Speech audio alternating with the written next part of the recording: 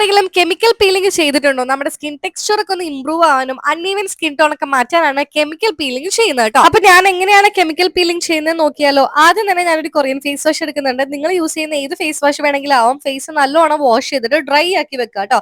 എന്നിട്ട് ഞാൻ ഇവിടെ എടുക്കുന്ന പിൽഗ്രിമിനെ 25% ആഹാ, 2% BHA, 5% PHA അടങ്ങിയിട്ടുള്ള ഒരു പീലിംഗ് സൊല്യൂഷൻ ആണ്. ഇത് ഞാൻ ഫേസിൽ നല്ലോണം അപ്ലൈ ചെയ്യുന്നുണ്ട്. ഫേസിൽ മാത്രമല്ല കഴുത്തിലൊക്കെ അപ്ലൈ ചെയ്ത് കൊടുക്കുന്നുണ്ട്.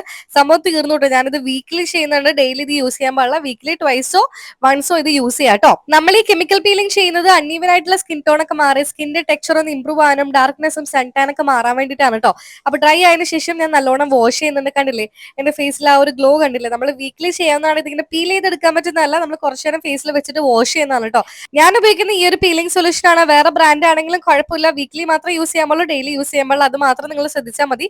പ്രൊഡക്റ്റ് ഞാൻ കമന്റ് ബോക്സിൽ കൊടുത്തേക്കാം. അപ്പൊ ഇന്നത്തെ വീഡിയോ ഇത്രയുള്ളൂ. ചാനൽ സബ്സ്ക്രൈബ് ചെയ്യാം. Bye bye, take care.